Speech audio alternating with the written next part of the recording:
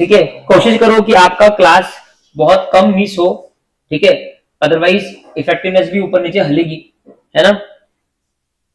Start करूं, चलो कहां तक थे अपन, कहां तक पहुंच गए थे अपन कल, यहां से बाकी था, ठीक है। चलो अभी अपना नया question, are controls relevant to audit. ठीक है, चलो सर आपने इंटरनल कंट्रोल के बारे में बोल दिया, आपने उसके इनहेरेंट लिमिटेशन बोल दिए, फिर आपने कंपोनेंट सिखा दिए। कंपोनेंट में सबसे बड़ा कंपोनेंट था उसका कंट्रोल एनवायरनमेंट, जो उसका हार्ट है, उसमें सर आपने 6 एलिमेंट पढ़ाए थे। ठीक है, उसके बाद में आपने बताया था कि कंट्रोल जो है एब्सोल्यूट डेटरेंट टू फ्रॉड नहीं है, कि ऐसा नहीं कि कंट्रोल इफेक्टिव रहेगा तो फ्रॉड होगा ही नहीं, ये सब आपने सर बता दिया। अब अगर सच्ची बात बताओ कि क्या आपको लगता है कि कंट्रोल्स ऑडिट के लिए रेलेवेंट है क्या, आपको क्या लगता है ही ना, ऑब्वियसली ना सर। इंटरनल कंट्रोल अगर नहीं होगा तो very high chances of getting fraud, very high chances of getting an error, ठीक है, एंड इवेंचुअली ऑडिटर का काम भी बढ़ता है, ठीक है, तो डेफिनेटली है। तो लेकिन कुछ फैक्टर्स आईसीआई ने आपको दिए हैं कि ये जो फैक्टर्स है, ये फैक्टर्स से आपको अंडरस्टैंडिंग मिलेगी कंट्रोल्स ऑडिट के लिए रेलेवेंट है या नहीं है, ठीक है। तो पहला देखो, factors which are relevant to auditor's judgement about whether a control. देखो अभी सुनो बात को, एक कंपनी है, ठीक है, उस कंपनी के अंदर ना एक control control control control control control ऐसे बहुत सारे कंट्रोल हो गए, ठीक है। ऑडिटर सारे कंट्रोल चेक करते रहेगा क्या, अभी हमने इस कल लास्ट में जब क्लोज किया था क्या बोला था कि सारे कंट्रोल ऑडिटर के लिए रेलेवेंट नहीं है, फाइनेंशियल रिपोर्टिंग के भी सारे कंट्रोल ऑडिटर के लिए रेलेवेंट नहीं, पढ़ा था ना। तो आप बताओ सारे चेक कर सकता है वो, नहीं ना। तो उसको देखने की इन सारे में से मेरे ऑडिट के लिए रेलेवेंट कौन से, आपको प्रश्न समझ में आया क्या, ठीक है। आप क्वेश्चन लिखो, क्वेश्चन लिखते लिखते क्वेश्चन को समझो भी।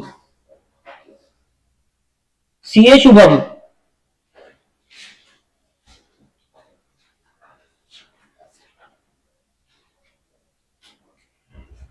is of the view that all the controls is of the view that all the controls relevant to financial reporting are eventually relevant to his audit purposes. All the controls relevant to financial reporting are eventually relevant to his audit purposes.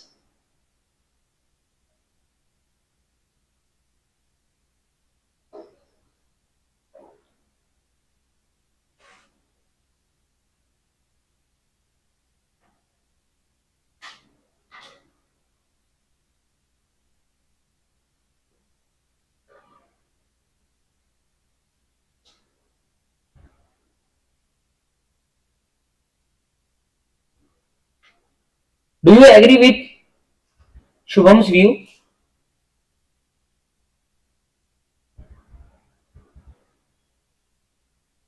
If not,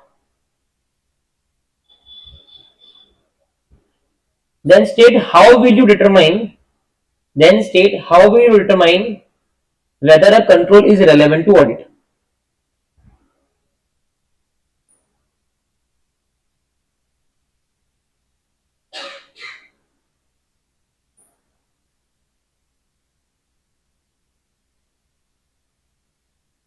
ठीक है, अब देखो समझ में आया question, simple सरल भाषा में हिंदी में बोलूं तो कौन सा कंट्रोल ऑडिट के लिए रेलेवेंट है, ये मैं कैसे डिटरमाइन करूंगा। पहला मैटर क्या है, मटेरियलिटी, है ना, कितना मटेरियल है वो, कितना मटेरियल है वो। दूसरा significance of the related risk, जिस रिस्क को रोकने के लिए वो कंट्रोल लगा है वो रिस्क कितना सिग्निफिकेंस, बराबर है, ठीक है। मेरे दादाजी की अस्थियां रखी है वहां, उसको बचाने के लिए मैंने सिक्योरिटी गार्ड रखे, ठीक है, वर्सेस 100 करोड़ का सोना रखा है, उसको बचाने के लिए सिक्योरिटी गार्ड रखे। दादाजी की अस्थियां ज्यादा इंपॉर्टेंट है या 100 करोड़ का सोना ज्यादा इंपॉर्टेंट है, ये आपका मॉरल है ठीक है। तो जिस रिस्क को बचाने के लिए वो कंट्रोल लगा है वो रिस्क कितना सिग्निफिकेंस है, तो पहला मटेरियलिटी आ गया, ठीक है। दूसरा significance of the related risk, तीसरा एंटिटी की साइज कितनी है ना। देखो अगर एंटिटी की साइज छोटी है तो एक रीजनेबल कंट्रोल भी रेलेवेंट हो गया अपने लिए। एंटिटी रिलायंस की जितनी बड़ी है तो नॉर्मल इंसान को भले वो कंट्रोल बड़ा रखे लेकिन वो रिलायंस के इतना बड़ा नहीं है, ठीक है। तो एंटिटी की साइज क्या है, एंटिटी का बिजनेस का नेचर क्या है, उस पर भी डिपेंड करेगा कि कंट्रोल आपके लिए रेलेवेंट है या नहीं है। तो काय पे डिपेंड करेगा, एक तो एंटिटी का नेचर, एंटिटी का साइज, मटेरियलिटी, और जिस रिस्क को वो रोक रहा है वो रिस्क कितना सिग्निफिकेंस है।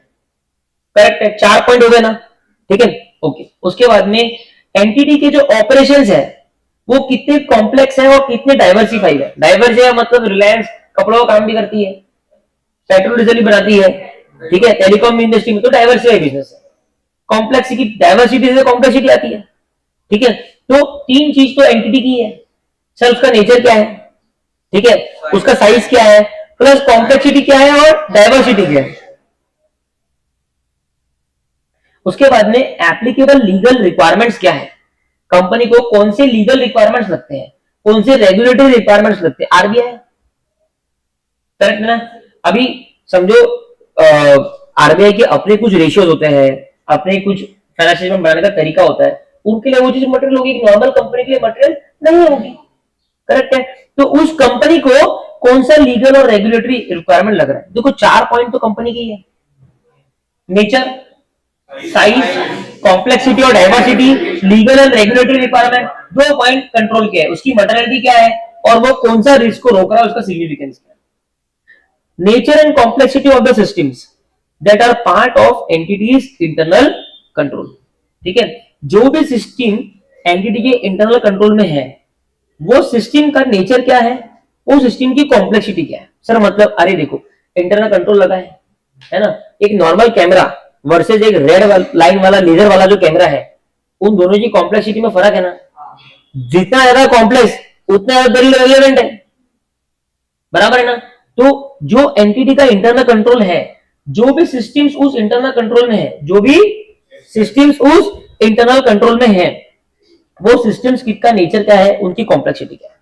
कोई डाउट नहीं ना, ठीक है।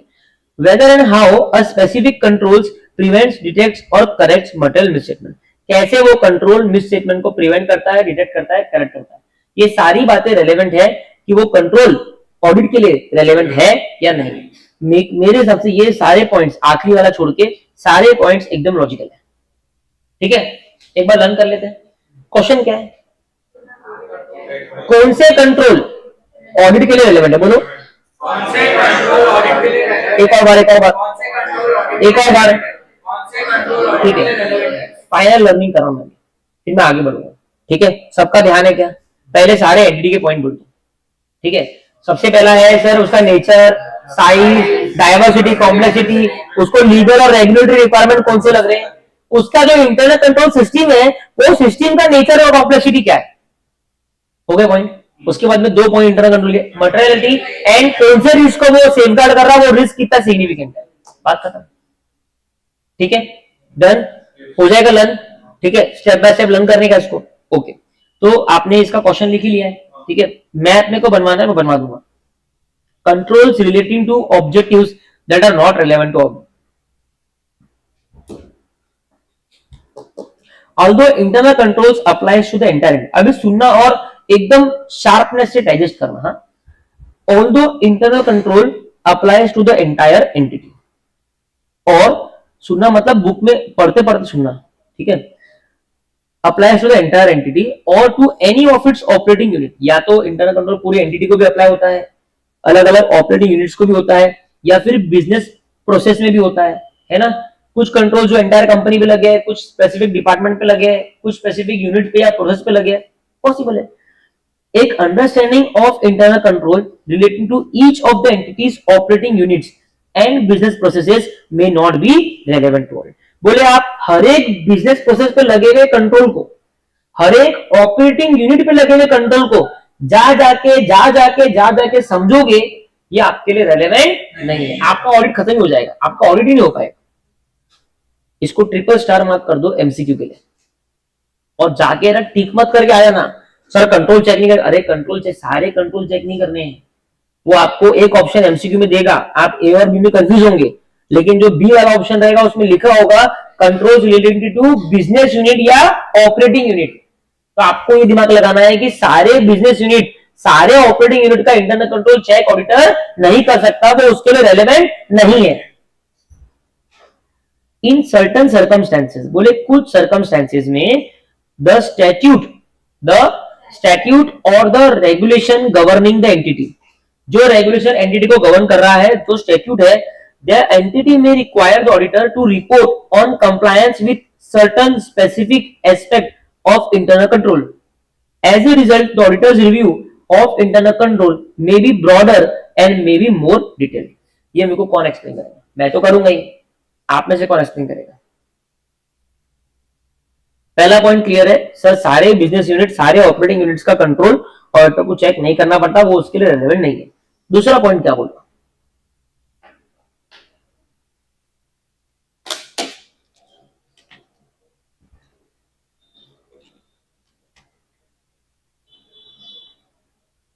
सर जो भी एंटिटी कोई भी रेगुलेटरी फ्रेमवर्क में लीगल फ्रेमवर्क अपना होगा, वो फ्रेमवर्क के हिसाब से ऑडिटर को एंटिटी को रिपोर्ट करना पड़ेगा कि आपको अपने इंटरनल कंट्रोल पे ये चीजें को कंप्लाई करना ही पड़ेगा, तो एप्रोप्रिएटली फॉलो करनी है. इसलिए उसका जो रिव्यू है काफी डिटेल्ड और ऑर्डर रहेगा. वेरी राइटली सेड कि अगर मान लो बैंक है तो उसको आरबीआई रखता है ना. अभी नॉर्मल अगर ऊपर की बात समझते तो ऊपर की बात में क्या था कि सारे रेलेवेंट नहीं है, लेकिन आरबीआई ने बोला है कि तेरे को ये वाला चेक करना है तो तुझे करना पड़ेगा. तो फिर उस केस में तेरा जो इंटरनल कंट्रोल को लेके जो रिव्यू है वो थोड़ा बढ़ जाएगा, वो थोड़ा डिटेल हो जाएगा, क्योंकि देखो जो स्टैट्यूट तेरी एंटिटी को गवर्न कर रहा है उसने तुझे बोला है कि इंटरनल कंट्रोल के कंप्लायंस पे, किसपे? इंटरनल कंट्रोल के कंप्लायंस पे हमें रिपोर्ट चाहिए, हमें रिपोर्ट चाहिए. क्लियर है? ठीक है ना? डन. तो ये पूरा पार्ट ना एमसीक्यूज के लिए बहुत रिलेवेंट है. आ जाते हैं. Nature and extent of understanding of the relevant controls. Nature and extent of understanding of the relevant controls. Evaluate the design of control involves. बोले कंट्रोल की डिजाइन को जब मैं इवेल्युएट करता हूं तो मैं क्या क्या देखता हूं? Considering whether the control individually और in combination with other controls is capable of effectively preventing, detecting and correcting misstatement. सही बात है ना? मैं इंटरनल कंट्रोल को इवेल्युएट क्यों कर रहा हूं समर्थ? क्यों कर रहा हूं इंटरनल कंट्रोल को? मैं इंटरनल कंट्रोल को इसके लिए इवेल्युएट कर रहा हूं कि ये इंटरनल कंट्रोल क्या उतना इफेक्टिव है कि ये मटेरियल मिसस्टेटमेंट को रोक पाए, प्रिवेंट कर पाए, डिटेक्ट कर पाए, करेक्ट कर पाए. उसी के लिए मैं देख रहा ना. मैं कैमरे को क्यों चेक कर रहा कि क्या ये अनयूजुअल एक्टिविटी को रिकॉर्ड कर पा रहा कि नहीं कर पा रहा, है ना? सिंपल बात है ना. तो अभी मान लो पहले ऐसे कैमरे होते थे ना, वो सिर्फ रिकॉर्ड करते थे. ठीक है? आजकल जो कैमरे मार्केट में आते हैं, 99% जो कैमरे मार्केट में आते हैं, वो क्या करते हैं, जैसी एक्टिविटी हुई, अब ये क्लास चालू है, जैसी मान लो अथर्व उठ के आ गया तो वो कैमरा जो है लाल लाइट फेंक देगा उसके ऑब्जर्वर को कि देयर हैज बीन एक्टिविटी. अब वो ज्वेलरी है, ज्वेलरी की तिजोरी है, वहां पे कोई एक्टिविटी नहीं होनी चाहिए. मान लो वहां पे कोई एक्टिविटी है ना, तो वो ऑब्जर्वर के रूम में एक अलार्म फेंक देगा. ऑब्जर्वर क्या करेगा, जाके फटाफट देखेगा, अच्छा हाँ ये तो ऑथराइज्ड पर्सन है, ज्वेलरी लेने आया, ठीक है. समझ में आया? So now I can say that that internal control is effectively able to prevent a material mistake. और ये चेक करने के लिए मैं इवैल्यूएशन करता हूं. Ultimately, why I am evaluating internal control? I am evaluating internal control to check whether that internal control is effectively able to prevent, detect and correct a material misstatement from happening. बराबर है? Are you clear with your understanding? ठीक है. Inquiry of the entity personnel observation observing the. अच्छा, अब आप जब evaluation करते हो इंटरनल कंट्रोल का तो बोलता है कि आप क्या क्या करते हो. अब ये कोई बहुत इंपॉर्टेंट क्वेश्चन नहीं है, ये अपन ऊपर भी पढ़ चुके हैं, नीचे भी पढ़ने वाले. तो हम क्या करते हैं, इंक्वायरी करते हैं. ठीक है? हम ऑब्जर्व करते हैं चीजों को, हम इंस्पेक्ट करते हैं, हम ट्रेस करते हैं. ठीक है? तो ये वापस एक रिविजन है. अभी नीचे आता हूं. Risk that require special audit consideration. तो सर आज अपन ने इफेक्टिवली क्या किया? आज अपन ने इफेक्टिवली एक क्वेश्चन किया कि कौन से कंट्रोल्स हमारे ऑडिट के लिए रिलेवेंट है और कौन से नहीं है. हमने बोल दिया कि सारे नहीं है, लेकिन अगर तेरे को स्टैट्यूट बोलता है कि तेरे को उस पर कंप्लायंस की रिपोर्ट देनी है तो फिर तेरे को इंपॉर्टेंट. बिल्कुल हुआ. फर्स्ट वाले में नहीं, मतलब ये है ना लीगल और रेगुलेटरी रिक्वायरमेंट. ठीक है? Risk that require special audit consideration. बोलो एक और बार. Risk can require special audit consideration. अब देखो पूरा ना खेल समझो कि चैप्टर 3 का खेल कहाँ पे घूम रहा है। चैप्टर 3 का खेल सिंपल है, नाम ही है रिस्क असेसमेंट और इंटरनल कंट्रोल। मतलब आप समझ गए होंगे कि चैप्टर 3 दो पार्ट में दो चीजों पे डिपेंडेंट है मेजरली। एक तो रिस्क को असेस करना, अब वो रिस्क को मिटिगेट करने के लिए हम क्या कर रहे हैं, इंटरनल कंट्रोल लगा रहे हैं। करेक्ट है, तो हम इंटरनल कंट्रोल सीख लिए, है ना, हम रिस्क के बारे में कुछ चीजें सीख लिए। ठीक है, आपको ये अंडरस्टैंडिंग आ रही क्या कि ये चैप्टर दो पार्ट में चल रहा है। और देखो दोनों कितने जुड़े हुए हैं। ऑडिटर अल्टीमेटली क्या करता है, ऐसे 315 में क्या करता है, वो उसको ROMM आइडेंटिफाई करना है। क्या करना है, अल्टीमेट ऑब्जेक्टिव चैप्टर का यही है कि मेरे को ROMM आइडेंटिफाई करना है। उसके लिए मैं एंटिटी को अंडरस्टैंड करता हूँ, एनवायरमेंट को अंडरस्टैंड करता हूँ और इंटरनल कंट्रोल को अंडरस्टैंड करता हूँ। अब हम इंटरनल कंट्रोल में घुसे, हमने इंटरनल कंट्रोल देखा। अब इंटरनल कंट्रोल से जुड़ी हुई चीज क्या है, रिस्क। जिस रिस्क को रोकने के लिए वो इंटरनल कंट्रोल लगा है। समझ में आ गई बात, परफेक्ट है। अब ये जो रिस्क है, ये जो रिस्क है, अब वो बोलता है कि रिस्क तो कंपनी को बहुत है, हर जगह पे रिस्क है, लेकिन ऐसे कौन से रिस्क है जो आपके लिए, जहां पे आपको स्पेशल ऑडिट कंसिडरेशन देना पड़ेगा। मतलब स्पेशल ध्यान, यार चैप्टर 3 पूरा बड़ा है, लेकिन कुछ कुछ जगह है जहां आपको स्पेशल ध्यान देना पड़ेगा। अब मैं आपको बताऊं कि अभी तक हमने आज क्या किया।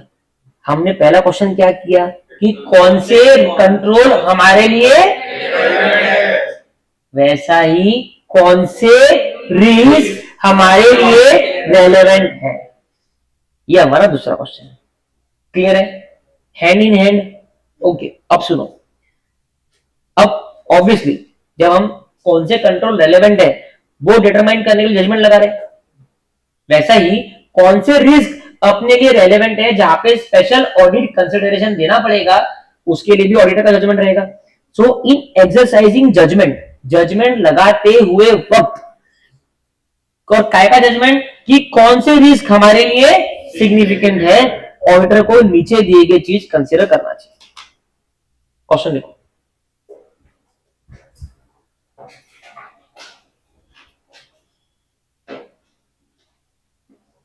state what shall be considered by the auditor, state what shall be considered by the auditor,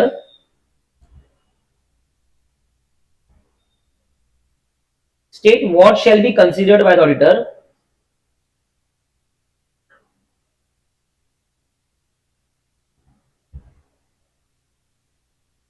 in exercising judgment as to which risks are significant risk, in exercising judgment as to which risks are significant risk।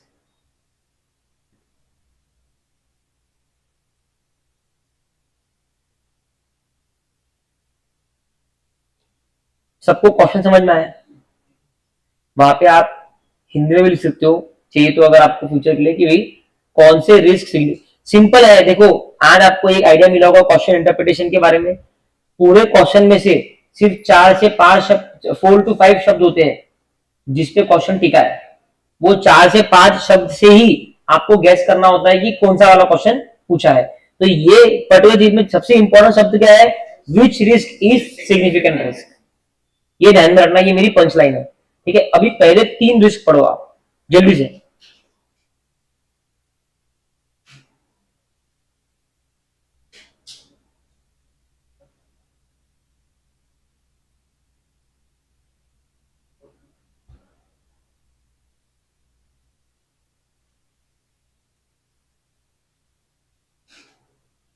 पढ़े पहले 3, समझ में आए? क्या वो risk एक risk of fraud है ना, तिजोरी खुली है। रिस्क क्या है कि चोरी हो जाएगी। यहाँ पे एरर का रिस्क है क्या, ये फ्रॉड का रिस्क है। कभी फ्रॉड का रिस्क अगर है ना तो मेरे लिए सिग्निफिकेंट फ्रॉड होना, एरर तो चल अननोइंगली हो गया, आज हुआ कल नहीं होगा। फ्रॉड अगर आज हुआ तो कल भी होगा, परसों भी होगा। समझ में आई बात? ठीक है, दूसरा, क्या ये रिस्क सिग्निफिकेंट इकोनॉमिक, अकाउंटिंग या अदर डेवलपमेंट से जुड़ा है? कौन एक्सप्लेन करेगा ये?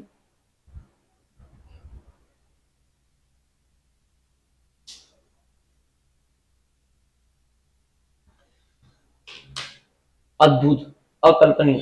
बोलो, कौन एक्सप्लेन करेगा? सही जमा ट्राई कर सकते हैं।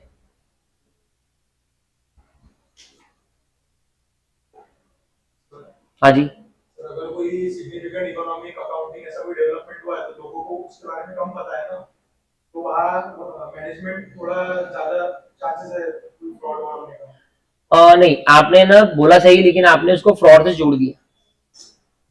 ठीक है, ये सिर्फ फ्रॉड रिलेटेड नहीं है। देखो मैं बताता हूँ, अभी देखो, आप सुनते जी, आपका दिमाग में ना मेंटोस दिमाग की बत्ती जला दे जाएगा।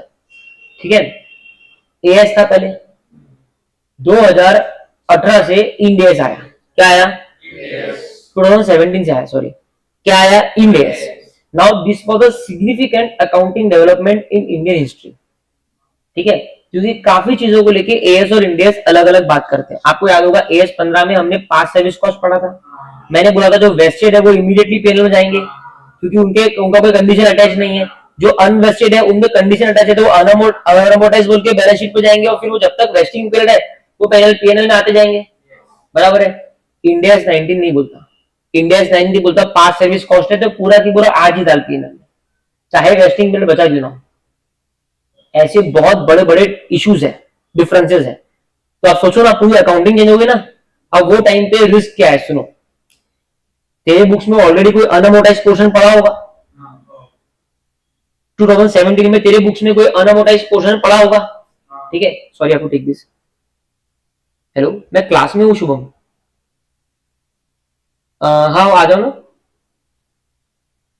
हाँ जी, हाँ जी, समझ के बात को। हाँ, तो कोई अनअमोर्टाइज पोर्शन पड़ा होगा 2017 में। अब इंडेक्स आ गया, अब इंडेक्स आ गया तो वो क्या बोलता कि तेरे को पूरा की पूरा पेन डालना है। तो तेरा काम क्या था, जितना भी अनअमोर्टाइज पोर्शन है बिकॉज ऑफ इंडेक्स, अब तेरे को तू एएस का चला सकता है, ये मर्जी तेरे को, मर्जी किसकी चलेगी। तो तेरे को क्या करना पड़ेगा, पूरा बैलेंस शीट से निकाल के इमीडिएटली पेन में डालना पड़ेगा। मैनेजमेंट भूल गया, जान पूछ के नहीं, अनजाने में, क्योंकि सिग्निफिकेंट डेवलपमेंट होना एकदम से समझ में आता है ये चीज। और ये तो एक एज का एक छठा वर्ग का पार्ट है, समझ में आ रहा गणित। तो अगर कोई सिग्निफिकेंट इकोनॉमिक अकाउंटिंग या अदर डेवलपमेंट हुआ, ठीक है, तो आपको देखना है कि आपका उससे जुड़ा हुआ रिस्क है क्या, और वो है तो सिग्निफिकेंट है। Whether the risk is related to significant economic accounting other development, the complexity of transaction, the ठीक है, ट्रांजेक्शन कितना कॉम्प्लेक्स है वो तो बोलने का सवाल ही नहीं होता। जितना ज्यादा कॉम्प्लिकेटेड ट्रांजेक्शन है उतना ज्यादा रिस्क है कि एम्प्लॉय करते करते कुछ गलती कर दे। सिंपल है। Whether the risk involve significant transactions with related party, ये बहुत इंपॉर्टेंट है। कभी कभी क्या होता है, कंपनी अपनी ही सब्सिडरी से, सब्सिडरी कंपनी और अपनी कंपनी दोनों रिलेटेड पार्टी है, दोनों रिलेटेड पार्टी है। कंपनी क्या करती, अपनी ही सब्सिडरी से सिग्निफिकेंट ट्रांजेक्शन करती। क्या करती, क्या करती, अपनी ही सब्सिडरी से सिग्निफिकेंट ट्रांजेक्शन करती। अब क्या करें, जब जब हम खुद की ही कंपनी से एक सिग्निफिकेंट ट्रांजेक्शन कर रहे हैं, तो ये दोनों पार्टी इंडिपेंडेंट है कि डिपेंडेंट है? डिपेंडेंट है ना भाई। अरे यार, सब्सिडी और पेरेंट तो डिपेंडेंट ही हो गया ना, भाई बहन है ना। अब यहां पे क्या हो सकता, मैनेजमेंट जान पूछ के ट्रांजेक्शन को अपने हिसाब से ऑर्केस्ट्रा कर सकता।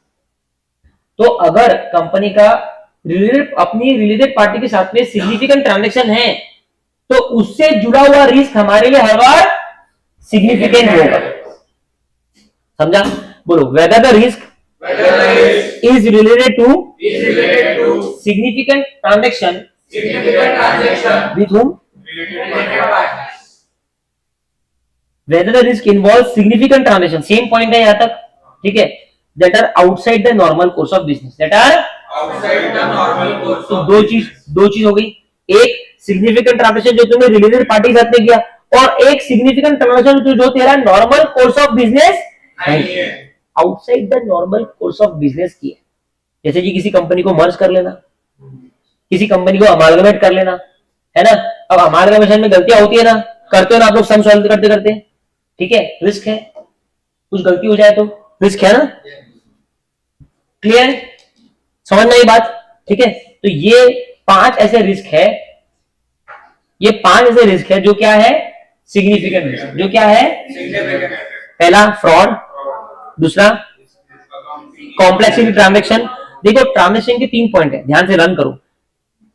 एक दो तो सिग्निफिकेंट ट्रांजेक्शन है, एक कॉम्प्लेक्स ट्रांजेक्शन है, और एक आपका डेवलपमेंट है, अकाउंटिंग, इकोनॉमिक, अदर डेवलपमेंट। मेरे को तो 5 और रन होगा, मैं बोलूं क्या?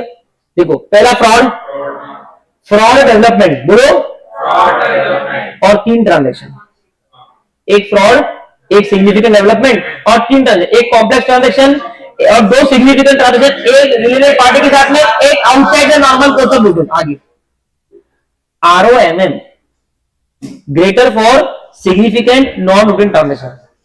पढ़ के बताओ क्या मतलब है इसका यथार्थ। जो नॉन रूटीन ट्रांजैक्शंस है उसमें रिस्क ऑफ मटेरियल मिसस्टेटमेंट ज्यादा हो सकता बराबर बोल रहे हैं, कोई बात हमारे क्वेश्चन वाली। नॉन रूटीन ट्रांजेक्शन है वो तो इनहेरेंटली, देखो इनहेरेंट का मतलब क्या होता है ना, कि उसका वेरी नेचर, उसका जो जन्म से नेचर है वो रिस्की। ठीक है, पहाड़ों में लोग होते हैं, वो इनहेरेंटली एक चीज लेके पैदा होता है कि मैं एक दिन पहाड़ से गिर के मर जाऊंगा। अरे उनका पहाड़ी है ना, लेकिन नेचुरल है, ये नेचुरल है। बहुत सारे लोग जो माउंटेन में रहते हैं ना, उनकी बहुत हद तक जो डेथ होती है, हमको टीवी में दिखता नहीं है ये चीज, पर उनकी मतलब there is even a 5% ratio is a big ratio. 5% death ratio just by falling from mountain, very much possible. कभी गए हो पहाड़ों में आप? ठीक है, कभी जाओगे तो देखना रोड्स क्या होते हैं, चीजें क्या होती है, रिस्की है ना। अब तू यहाँ मारेगा क्या गड्ढे में गिर के? नहीं ना। लेकिन वो अगर तू गाड़ी घाट पे चला रहा है, अभी मैंने कल परसों पढ़ा था, एक पिलग्रिमेज की जो फोर्स है वो गिर गई, क्या करेंगे? तो इनहेरेंट बात तो वो यही बोल रहा है कि अगर नॉन रूटीन ट्रांजेक्शन है तो इनहेरेंट है कि उसमें ROMM हो सकता है, ज्यादा हो सकता है। ROMM may be greater for significant non-routine transaction arising from matters such as the following। और ये क्यों होगा? नीचे दिए गए कारणों के कारण। मतलब इससे प्रश्न क्या है वो समझिए। अपने रिस्क का प्रश्न लिखा ना, ये वाला लिखा ना, एक क्वेश्चन लिखो पहले, बढ़िया क्वेश्चन लिखो ना।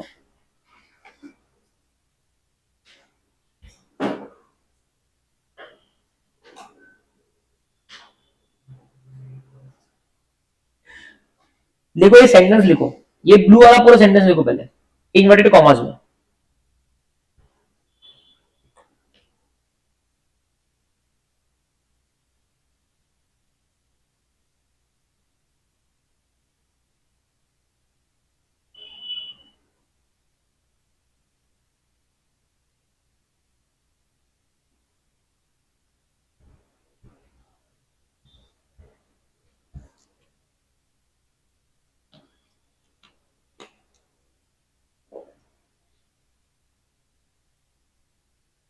Do you agree? Do you agree? If yes, why? ठीक है, क्या आप इस स्टेटमेंट से एग्री करते हो? और अगर हाँ तो क्यों? आप एग्री करते हो कि सर हाँ, नॉन रूटीन ट्रांजैक्शन अगर है तो वहां पे ROMM के चांसेस ज्यादा है। और क्यों ज्यादा है वो मैं तुमको बताता हूं। पहला, क्योंकि ऐसे ट्रांजेक्शंस में मैनेजमेंट का इंटरवेंशन ज्यादा होता है। अरे अगर रिलायंस को अडानी को खरीदना है तो क्या पिद्दू बिद्दू एम्प्लॉय खरीदेंगे क्या? मुकेश और गौतम मिलेंगे ना, बात करेंगे ना, मैनेजमेंट इन्वॉल्व रहेगा ना, तो ग्रेटर मैनेजमेंट इंटरवेंशन है। ठीक है, to specify the accounting treatment. Mukesh बोल रहा है कि ये amalgamation in the nature of merger है, जबकि वो है in the nature of purchase. See amalgamation में 2 तरीके होते हैं, एक होता है in the nature of merger, एक होता है in the nature of purchase. अगर हम in the nature of purchase बोलते हैं ना तो वो थोड़ा सा हॉस्टाइल होता है, दादागिरी वाला होता है। In the nature of merger बोलते हैं ना, मतलब हम 2 मिलके एक भाई हो गए, वैसा होता है, प्यारा प्यारा होता है।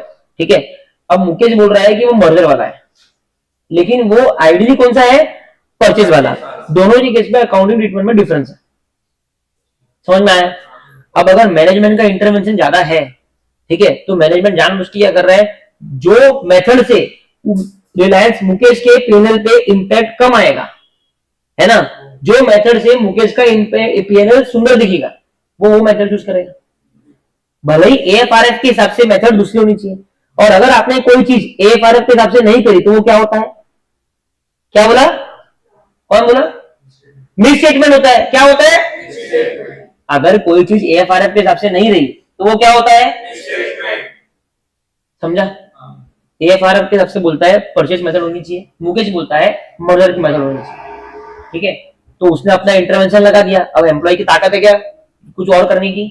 नहीं, मतलब आरओएमएम हो गया। ये कारण से मैं मानता हूं कि नॉन रूटीन ट्रांजैक्शन में आरओएमएम के चांसेस ज्यादा है। ये मेरा पहला कारण है कि सर अगर वो नॉन रूटीन ट्रांजैक्शन है तो मैनेजमेंट इन्वॉल्व रहेगा अकाउंटिंग ट्रीटमेंट में। क्या मैं समझा पाया कि आपको ये पॉइंट एकदम क्लियर है? पक्की बात ना? दूसरा, greater manual intervention for data collection and processing, क्योंकि ये एक रूटीन देखो क्या होता है बेटा, अगर रूटीन ट्रांजैक्शन है, ठीक है, रूटीन ट्रांजैक्शन मतलब क्या है कि आप लोग का सामने बायोमेट्रिक लगा हुआ है, आप लोग आते हो, चेहरा दिखाते हो, जाते हो, आपकी प्रेजेंट भी मार्क हो जाती है, ये रूटीन है। डेटा कलेक्ट करने वाली मशीन है या इंसान है? मशीन है ना, ऑटोमेटेड प्रोसेस है, बराबर है। कोई आदमी आपका चेहरे की फोटो खींच रहा है क्या? नहीं, एक मशीन लगी हुई, आप चेहरा दिखा रहे हैं, वो आपको टिक मार्क कर आप चल जाए, बराबर है। अब मान लो पेरेंट मीटिंग है, क्या है? पेरेंट आ रहे, पेरेंट का चेहरा वो रूटीनाइज करेगा क्या? तो फिर वहां पे अक्षर से कोई होंगे जो लिखे भी कौन से पेरेंट्स आए हैं, जो मैनेजमेंट में लोग हैं, बराबर है ना। तो जब एक नॉन पेरेंट आना रूटीन ट्रांजेक्शन है क्या? नॉन रूटीन ट्रांजेक्शन है। तो नॉन रूटीन ट्रांजेक्शन में बहुत बार क्या होता है, डेटा कलेक्शन में मैनुअल इंटरवेंशन होता है, और जहां मैनुअल इंटरवेंशन है वहां पे क्लियर है, एकदम क्लियर है। तो पहला सर मैनेजमेंट का इंटरवेंशन, ठीक है। दूसरा sir manual intervention data collection करते वक्त, क्या बात। तीसरा कॉम्प्लेक्स कैलकुलेशन, ये भाई हर बार आ जाते हैं। कॉम्प्लेक्स कैलकुलेशन, जहां पे कॉम्प्लेक्स कैलकुलेशन इन्वॉल्व है और वो भी एक नॉन रूटीन ट्रांजेक्शन, तुम समझ ही लो आगे। एक तो जो नॉन रूटीन है, ऊपर से तेरा कैलकुलेशन कॉम्प्लेक्स है। एग्जांपल देता हूं, कंपनी का आज तक कोई ग्रेचुइटी देने का सिस्टम नहीं था, कंपनी एडॉक देती थी, इसको दिया इसको नहीं दिया। अब कंपनी ने एक फॉर्मल सिस्टम बना लिया gratuity, this is adoption of new accounting policy, this is not a change in accounting policy. अब ये होगा तो एएस 15 भी आएगा, वो बोलेगा मेरे को एस्टिमेट कर, है ना, वो बोलेगा मेरा डीबीओ क्रिएट कर, वो बोलेगा मेरा प्लान असेट्स क्रिएट कर, बोलेगा ना, कॉम्प्लिकेटेड कैलकुलेशंस। और अभी तो नॉन, पहले साल में तो नॉन रूटीन है ना, बाद में रूटीन हो जाएगा। समझा गया? चौथा, the nature of non routine transaction, वो जो नॉन रूटीन ट्रांजेक्शन है उसका नेचर क्या है? यार नेचर और कॉम्प्लेक्सिटी साथ में चलता है ना, कॉम्प्लेक्स का बात बोल दिया, अब नेचर बोल रहा है कि उसका नेचर क्या है, विच में make it difficult for the entity to implement effective controls over the risk. उसका नेचर ही इतना वियर्ड है कि उससे पैदा होने वाला जो रिस्क है वो नॉन रूटीन ट्रांजेक्शन का नेचर ही इतना वियर्ड है साई शर्मा, कि उससे कलेक्ट होने वाले जो, उससे जुड़े हुए जो रिस्क है, वो रिस्क पे इफेक्टिव कंट्रोल्स एंटिटी लगा ही नहीं पाता। समझा क्या? Nature of non routine transaction जो है वो इतना वियर्ड है। देखो, the nature of non routine transaction which may make it difficult for the entity, entity चाह रही है लेकिन फिर भी लगा नहीं पाए। हाँ, एग्जाम्पल क्या हुआ? अरे नॉन रूटीन ट्रांजेक्शन का नेचर बोलो ना, मैं तो बताऊंगा, मेरे पास है एग्जाम्पल, पहले आप बताओ। बोल एग्जाम्पल बोल, मस्त है।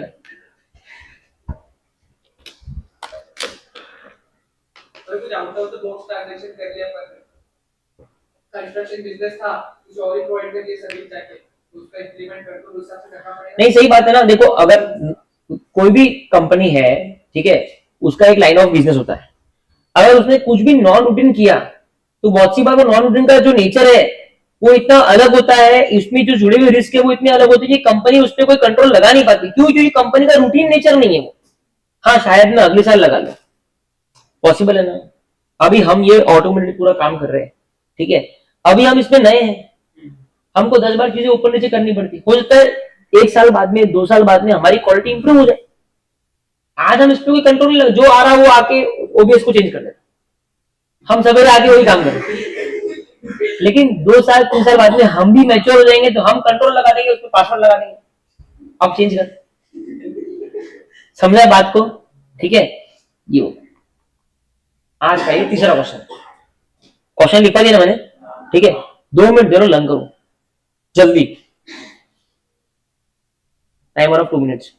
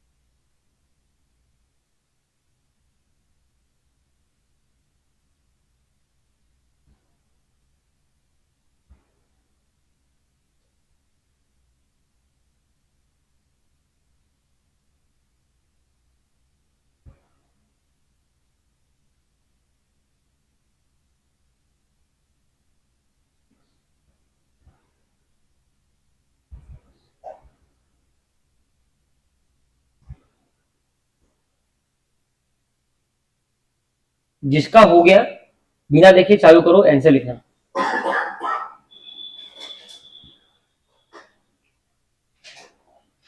आंसर के पहले क्वेश्चन जरूर लिख देना रफ बुक में, उसमें नहीं लिखना है, अपनी रफ बुक में लिखो पूरे सेंटेंस के साथ में, फटाफट वो घर पे बनाना याद करके। पहले क्वेश्चन जरूर लिखना, पूरा मत लिखो, भले ही अपने अपने वर्ड्स में लिख दो, लेकिन क्वेश्चन लिखो कि आपको क्वेश्चन समझा गया। अज्यूम करो आप टीचर, आप इसको समझा रहे हो क्वेश्चन,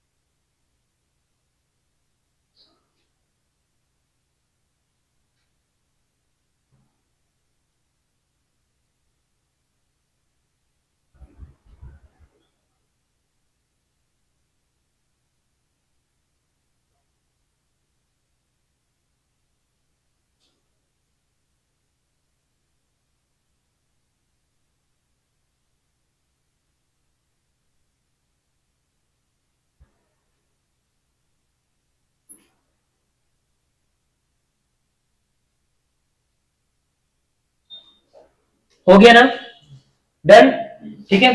चलो अब है ना, फटाफट आप मैप ओपन करो पहले, आज आपको अभी यहां तक का मैप बना दो। ये this marks the end of your second part, ठीक है, फटाफट। अब इसके बाद में ना चीजें चालू हो जाएगी, कुछ इजी, कुछ मीठा, कुछ खट्टा। लिखो मैप, पहला लिखो, नाम लिखा, चैप्टर का नाम लिखा हुआ, ठीक है। उसमें लिखो, ये लिखा हुआ है रिस्क, ठीक है। 315 कहाँ लिखा हुआ है? कौन सी लाइन? ये वाली ना, हाँ हाँ ठीक है ठीक है। इसमें लिखो, इसमें लिखो ए,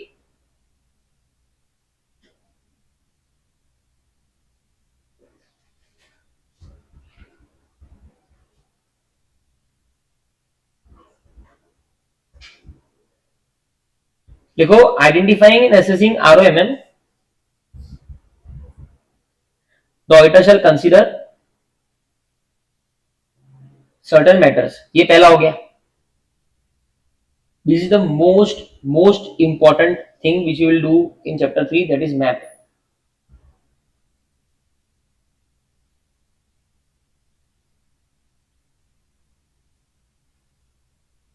ठीक है, फिर हम डायरेक्टली पहले ये लिखेंगे, है ना, हम वियर्ड नहीं करेंगे, ठीक है। इधर आ जाओ नीचे, तो उसके नीचे लिखो बी,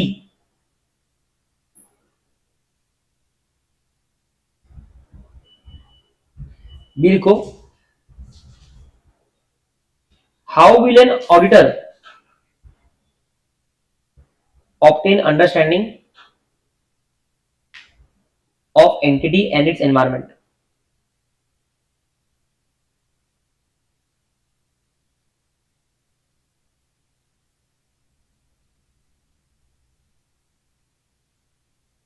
आई होप आपने बी लिखा होगा इसको, ठीक है। अब है ना, उसकी नीचे की लाइन में थोड़ा सा और राइट में करके, थोड़ा और राइट में लिखना, इसको आप है ना ऐसा डाल देना, छोटा वाला 1, ठीक है। उसमें लिखो industry regulatory oblique external factors. दूसरा लिखो नेचर ऑफ एंटिटी, दूसरा second roman small 2 nature of entity, तीसरा selection and application of accounting policy,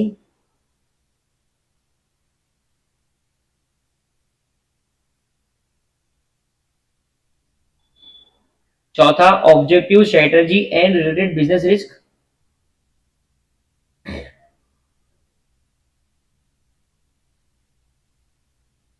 पांचवा measurement and review of entities financial performance.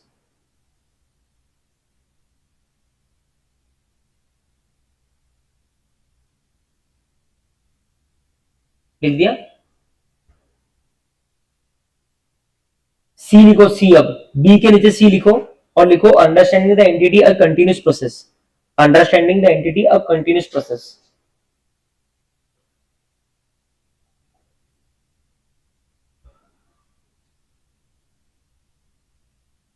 अब अपन ने इसको क्या क्या नंबरिंग क्या करी थी इसकी? सेकेंड करी ना, हाँ अभी थर्ड करो, थर्ड डालो RAP,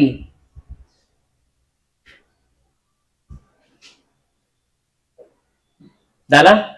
अब RAP में फिर ए रहेगा inquiry of management and others within the entity, पूरा ये ब्लैक वाला, inquiries of management and others within the entity.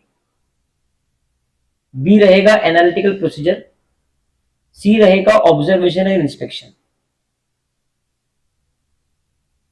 ये सारे ब्लैक वाले लाइंस, जल्दी जल्दी।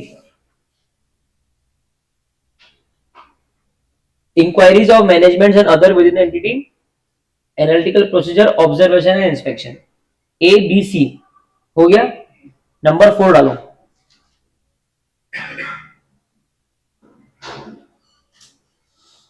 नंबर 4 डालो मटेरियलिटी, ब्रैकेट में ऐसे 320,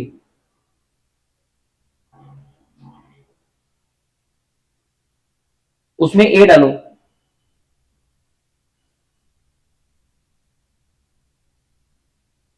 ए डालो। What does FRF? What does FRF? What does FRF? ये ए में है, पहले बोल रहा हूं मैं, फोर्थ का ए है। What does FRF generally discuss about materiality?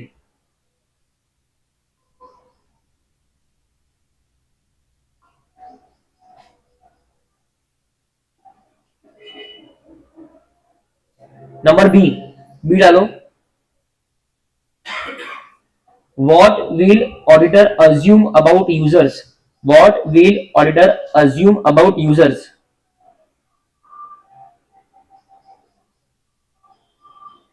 While applying his professional judgment, while applying his professional judgment, while applying his professional judgment in determination of materiality, in determination of materiality.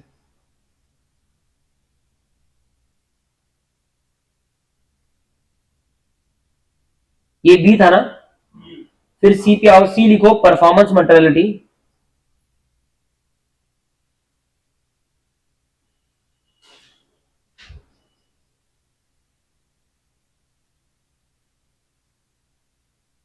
उसके नीचे लिखो D, next.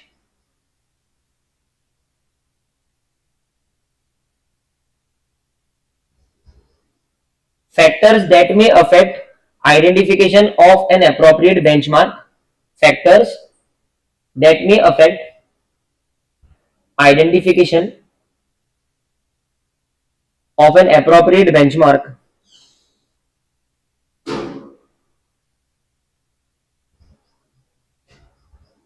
लिखा, उसके आगे लिखो, bracket में लिखो, bracket में लिखो, वहीं पे कंटिन्यू करके ब्रैकेट में लिखो as as a percentage, as a percentage is applied to chosen benchmark, as a percentage is applied to chosen benchmark.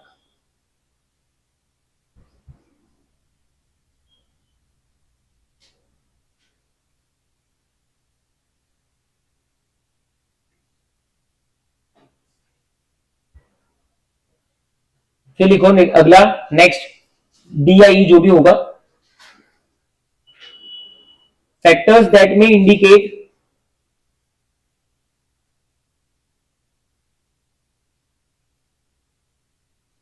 existence of classes of transaction for which misstatement of lesser amounts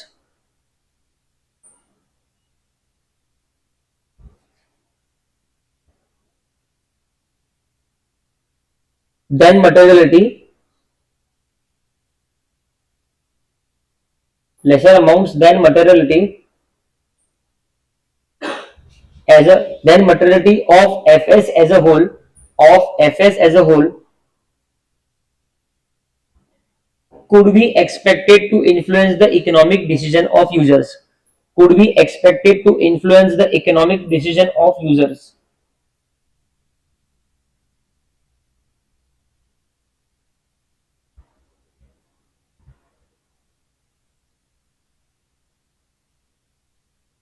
उसके बाद में next F या E, revision in materiality level as audit progresses, revision in materiality level as audit progresses, लिख दिया।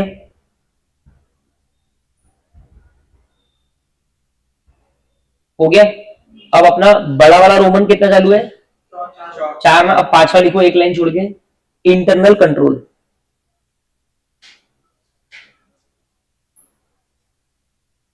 Internal control लिखा, उसमें A लिखो limitations of internal control,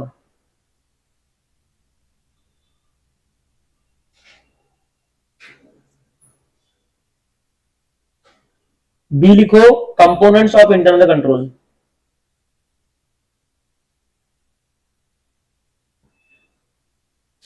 ठीक है। फिर उसके नीचे ना ब्रैकेट में ये पांचों कंपोनेंट लिख दो, ब्रैकेट में ऑब्लिक ऑब्लिक करके पांचों कंपोनेंट हाथों लिख दो। शॉर्ट फॉर्म में लिखना, एंटिटीज रिस्क असेसमेंट प्रोसेस को एंटिटीज आरएपी लिखना, इंफॉर्मेशन सिस्टम को आईएस लिखना।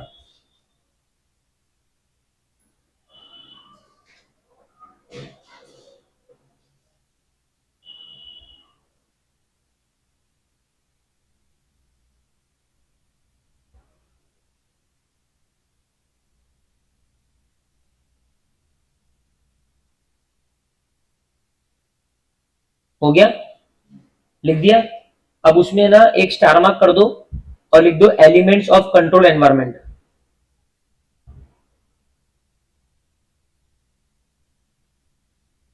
लिखा, उसके नीचे एक और स्टार मार्क करो और लिखो existence of satisfactory control environment, existence of satisfactory control environment, not an absolute deterrent to fraud, not an absolute deterrent to fraud, existence of a satisfactory control environment, not an absolute deterrent to fraud.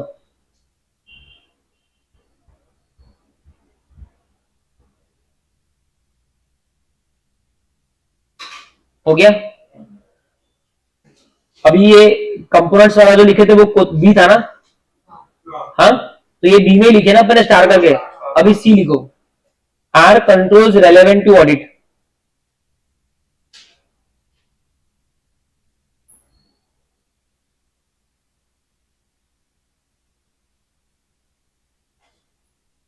उसके नीचे लिखो, मतलब next alphabet, risk that require special audit consideration, risk that require special audit consideration, risk that require special audit consideration.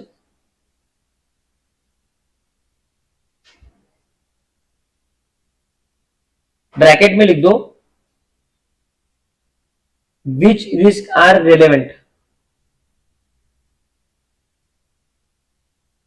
लिखा, अगला alphabet लो, ROMM dash, greater for significant non routine transaction, greater for significant non routine transaction.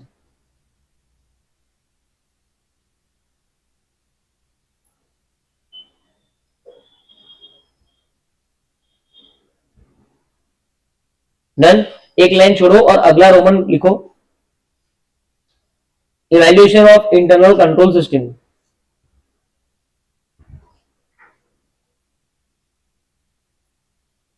Roman की heading है ये, बड़े Roman की, evaluation of internal control system. Done. एक बार तालियां बजाओ जोरदार, ठीक है। दिस इज अवर मैप, ठीक है। एंड इससे आपको पूरा एक बर्ड्स आई व्यू मिलेगा कि मैं इस चैप्टर में क्या कर रहा हूं और मैं कहां स्टैंड करता हूं, ठीक है। पहले चारों रोमन पढ़ेंगे और फिर पांचवें रोमन का अपने को और 10 मिनट है। पहला रोमन क्या था,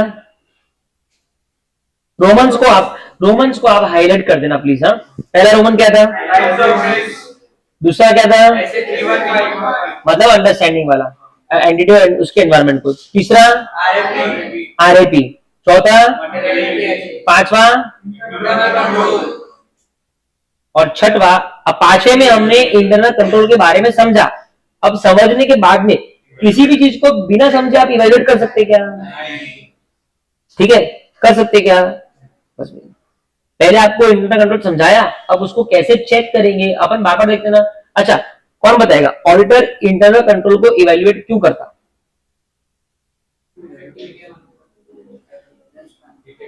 हाँ हाँ हाँ, बोलो। इसलिए करता to check whether the internal control is able to prevent, detect, correct the misstatements, ठीक है, ठीक है ना। चलो अभी देखो, सबसे पहली बात है बेनिफिट्स क्या है, इंटरनल कंट्रोल को इवैल्यूएट करने के बेनिफिट्स क्या है, ठीक है। वो देखो, the review of internal control will enable the auditor to know. अगर तू इंटरनल कंट्रोल को रिव्यू करेगा तो तुझे ये हेल्प होगी, पहला कि वेदर एरर्स और frauds are likely to be located in the ordinary course of operations of the business. मतलब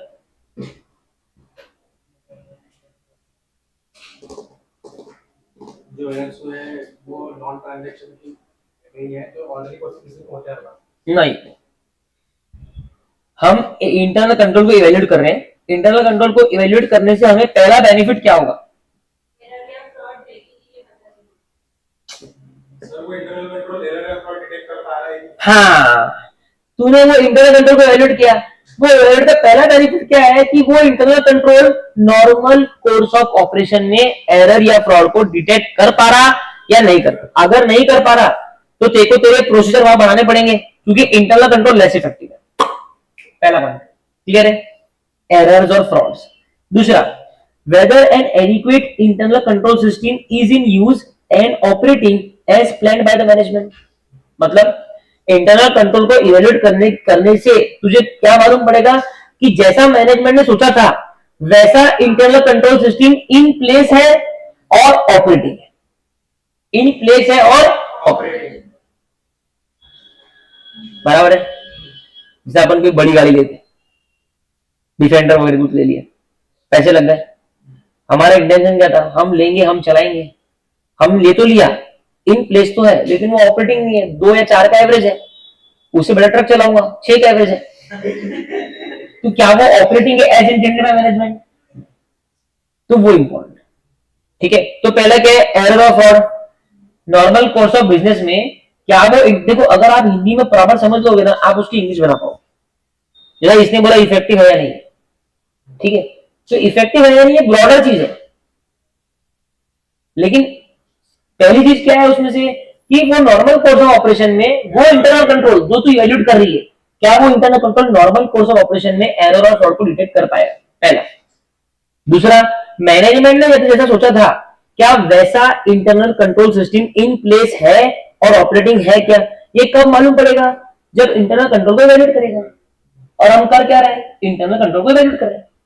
तो वो इवैल्यूएट करने से क्या बेनिफिट्स होते हैं? ये बेनिफिट्स होते हैं कि आपको मालूम पड़ता है कि internal control system in place है या नहीं है। अगर नहीं है तो प्रोसीजर बढ़ाने पड़ेगा। Whether an effective internal auditing department is operating. क्या बात है।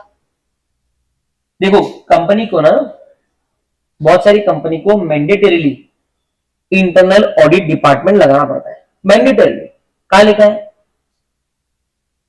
कंपनी एक्ट में लिखा है। कंपनी को क्या लागू होता है?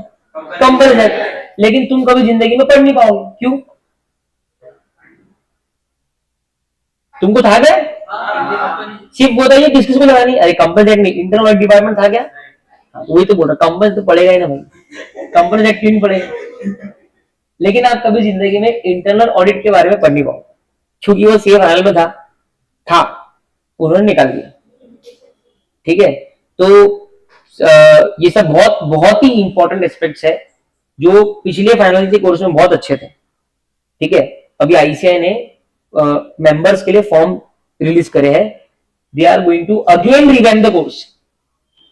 मतलब इन्होंने पागल बना दिया कब से, 10 सालों से क्या चल रहा है भगवान ही मालक है। ठीक है, तो अब वो फिर से कोर्स को रिवैम्प करने वाले हैं और वो सजेशंस मांग रहे हैं कि बताइए क्या करेंगे। हमने भी दिए, मैं आज भी दूंगा, मैं तो रोज दे। तो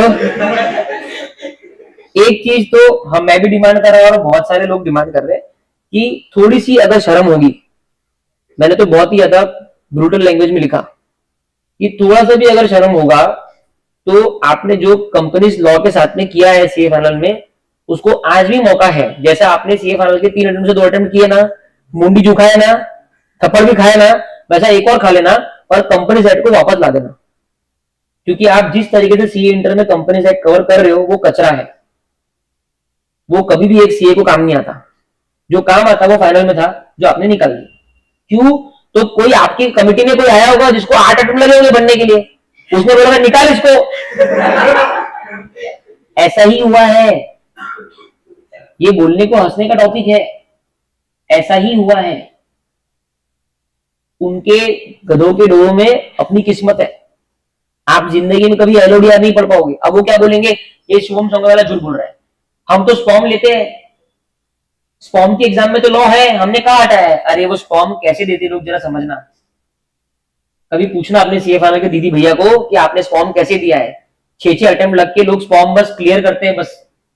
अगर जिस दिन वो स्पॉम में नेगेटिव मार्किंग आ जाएगी ना तो क्या होगा क्या बता।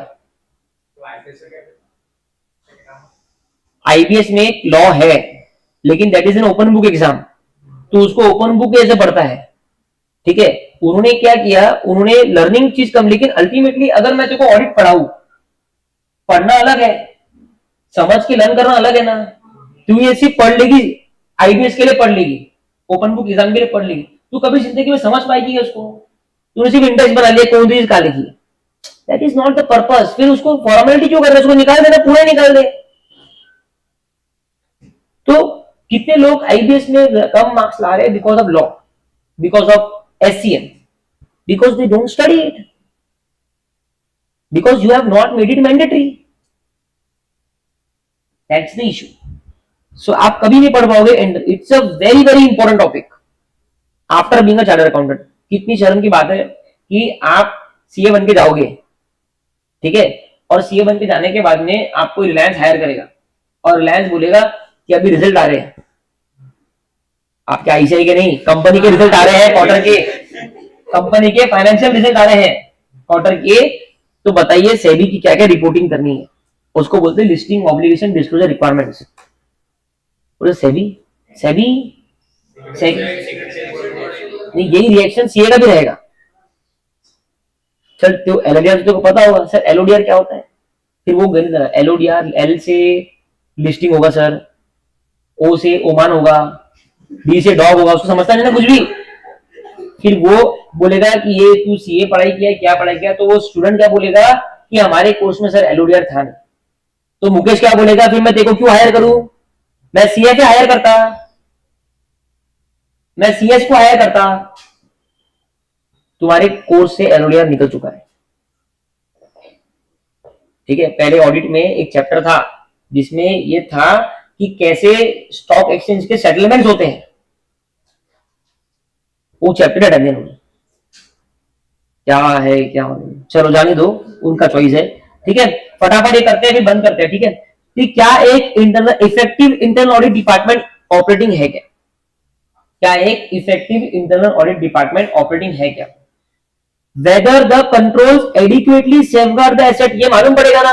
तू इंटरनल कंट्रोल का इवैल्यूएशन कर रहा, उसे ये तो मालूम पड़ेगा ही ना कि वो इंटरनल कंट्रोल जो है क्या वो एसेट को सेफगार्ड कर पा रहा. अरे किसी भी एसेट को प्रोटेक्ट करने के लिए अपन लगाते ना, ज्वेलरी को प्रोटेक्ट करने के लिए लगाया था ना कैमरा, तो क्या वो ज्वेलरी को सेफगार्ड कर पा रहा है, चोरों से बचा पा रहा है, रक्षा कर पा रहा गया, ठीक है. तो अभी तक कौन सी चीजें मालूम पड़ेगी इंटरनल कंट्रोल की इवैल्यूएशन करने से. पहला कि जैसा मैनेजमेंट ने सोचा था वैसा वो ऑपरेशन में है क्या. दूसरा, एरर्स और फ्रॉड क्या वो नॉर्मल कोर्स ऑफ ऑपरेशन में डिटेक्ट कर पाएगा क्या. तीसरा, क्या वो एसेट को सेफगार्ड कर पाएगा क्या.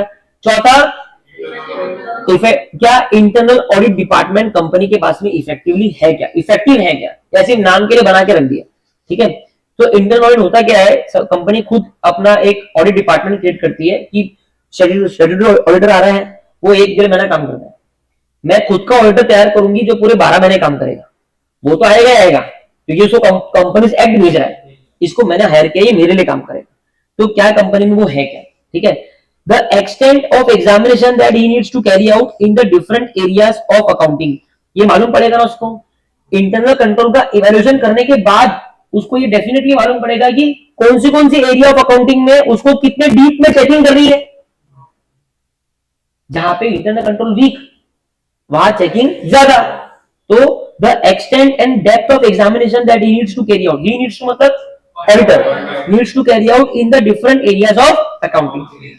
What would be appropriate audit technique and audit procedure in the given circumstance, बराबर है ना. इंटरनल कंट्रोल को इवैल्यूएट करने के बाद उसको समझ में आएगा कि मैं कौन सी टेक्निक यूज करूं, इंक्वायरी करूं, ऑब्जर्वेशन करूं, रीपरफॉर्मेंस करूं, रिकैलकुलेशन करूं, कौन सी टेक्निक को मैं यूज करूं, ठीक है. What are the areas where control is weak, कौन सी जगह पे कंट्रोल वीक है मालूम पड़ेगा ना. इंटरनल कंट्रोल को इवैल्यूएट करने के बाद उसको मालूम पड़ेगा कि कौन सी एरियाज में इंटरनल कंट्रोल वीक है and whether and where it is excessive, और कहां पे ज्यादा है, कहां पे कम है, कहां पे ज्यादा है. Whether some worthwhile suggestions can be given to improve the control system, और इंटरनल कंट्रोल को इवैल्यूएट करने के बाद ऑडिटर को पता चलेगा कि क्या वो कोई सजेशंस मैनेजमेंट को दे सकता है कि सर यहाँ पे आप कैमरा बदल दो, यहाँ पे ये कर दो, सर ये सिक्योरिटी गार्ड की उम्र हो गई है दूसरा लगाओ, कुछ भी उसको बोलना है वो बोल सकता ना. सो वर्थवाइल सजेशंस वो दे सकता है, ठीक है. इस तरीके से ये 8 पॉइंट है. फटाफट लर्न करें, क्लोज करें, ठीक है. क्या कर रहे, क्वेश्चन क्या है, बस ऐसे ही बोलना है sir. Benefits of evaluation of internal control, internal control को इवैल्यूएट करके मेरे को क्या क्या फायदा होगा, ठीक है. तो सबसे पहला तो ऑडिटर के बारे में, खुद के बारे में बोलना, ठीक है. हिंदी में बोलते हैं अपन, ठीक है. कहां पे कंट्रोल कम है, कहां पे ज्यादा है, ठीक है. कहां पे कितना उसको एग्जामिनेशन करना है, ठीक है. तीसरा, एसेट को सेफगार्ड कर पा रहा है क्या इंटरनल कंट्रोल. चौथा, कोई सजेशन उसको देने हैं क्या, ठीक है. पांचवा, इंटरनल ऑडिट डिपार्टमेंट कंपनी के पास में है क्या. एरर और फ्रॉड, ठीक है. और उसके बाद में इंटरनल कंट्रोल सिस्टम, और उसके बाद में क्या टेक्निक उसको लगानी है। चलो अब मैं बताऊं उसको याद कैसे रखना है। सबसे पहले दो तो डिपार्टमेंट है, पहला है इंटरनल डिपार्टमेंट, दूसरा है इंटरनल कंट्रोल सिस्टम। ये दोनों चीज डिपार्टमेंट वाइज है, फंक्शन वाइज सिस्टम्स है, राइट है। उसके बाद में तेरा ऑडिटर से जुड़े पॉइंट है, ठीक है। 3 पॉइंट ऑडिटर वाले हैं, एक कितनी चेकिंग करनी है, कहां पे कम है कहां पे ज्यादा है, और एक नहीं सजेशन भी है, और एक और है technique and procedure, technique and procedure. तो देखो इसकी है ना सीक्वेंस देखो, सबसे पहले वो देखेगा कहां पे कम है कहां पे ज्यादा है, ठीक है। उसके बाद में वो डिसाइड करेगा टेक्निक प्रोसीजर क्या लगाने हैं, उसके बाद में वो डिसाइड नहीं, पहले वो देखेगा कहां पे कम है कहां ज्यादा है, फिर वो देखेगा उस हिसाब से कहां पे ज्यादा एग्जामिनेशन करना है कहां पे कम करना है, फिर उस हिसाब से वो टेक्निक और प्रोसीजर लगाएगा। समझा क्या? ये ए, ये बी, ये सी, और फिर वो अपने सजेशन देगा। समझ में आ रही है क्रोनोलॉजी? पहले ये लर्न करना, फिर ये, फिर ये, फिर ये, ठीक है। तो 4 पॉइंट ऑडिटर के बोलते एक बार। पहला कि कहां पे वीक है कहां पे ज्यादा है, फिर उससे क्या मालूम पड़ेगा कितनी चेकिंग करनी है, द डेप्थ ऑफ एग्जामिनेशन, ठीक है, in specific areas of the accounting. उससे अब जब तेरे को पता चल गया तेरे को कितनी एग्जामिनेशन करना है, तो उस हिसाब से तू तेरी ऑडिट टेक्निक लगाएगा, ऑडिट प्रोसीजर लगाएगा, और ये सब करने के बाद में तेरे को बहुत कुछ मालूम पड़ेगा, तू सजेशन दे पाएगा। 4 पॉइंट ये हुए। 2 पॉइंट डिपार्टमेंट के थे, internal department, internal control system, और 2 पॉइंट इंडिपेंडेंट थे, एक एरर और फ्रॉड और एक सेफ गार्डिंग। हो गया, ठीक है, डन। अब इसका क्वेश्चन आप घर पे लिख लेना, ठीक है, मैप में डाल देना। अब तुमको समझ गया मैप कैसे बनाना है, मैप में डाल देना। उसके बाद में अपन कल से कंटिन्यू करेंगे।